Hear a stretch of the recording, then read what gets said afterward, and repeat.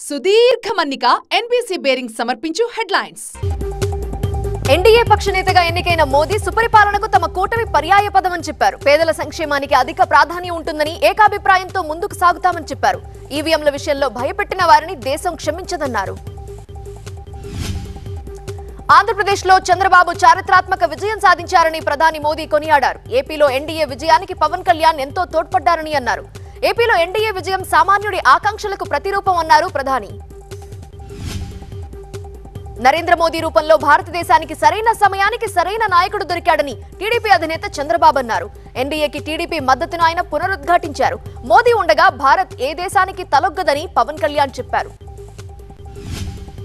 ఆంధ్రప్రదేశ్ ప్రభుత్వ ప్రధాన కార్యదర్శిగా బాధ్యతలు స్వీకరించారు నీరబ్ కుమార్ ప్రసాద్. ఏపీ సీఎంఓలో పనిచేసిన 3 అధికారుల్ని బదిలీ చేశారు. పూనం మాలకొండయ్య, ముత్యాలరాజు, నారాయణ భరత్ గుప్తాలను జీఏడీలో రిపోర్ట్ చేయాలన్నారు. సీఎం రేవంత్ రెడ్డి రేపు ఢిల్లీ వెళుతున్నారు. రేపు సాయంత్రం జరిగే సీడబ్ల్యూసీ సమావేశంలో పాల్గొంటారు. కేబినెట్ విస్తరణ, కార్పొరేషన్ పదవులతో పాటు పీసీసీ చీఫ్ పదవిపైన హైకమాండ్ తో చర్చిస్తారు. రాజనరసింహ, వంశీచంద్ కూడా ఢిల్లీ వెళుతున్నారు. కాళేశ్వరం అవకతవకలపై ఓవైపు విచారణ జరిపిస్తూనే మరోవైపు మరమ్మతులపై దృష్టి పెట్టింది సర్కార్. ఇవాళ కాళేశ్వరం బ్యారేజీలను పరిశీలించిన మంత్రి ఉత్తమ్ కుమార్ రెడ్డి ఎన్డీఏసీఏ మధ్యంతర నివేదిక మేరకు చర్యలు తీసుకుంటామని చెప్పారు. టీడీపీ కార్యకర్తలు శిలాఫలకాన్ని పడగొట్టడంతో రాజమండ్రిలో ఉద్రిక్తత చెలరేగింది. ఫలకంపై మాజీ ఎంపీ భరత్ పేరుందని ఆగ్రహించారు.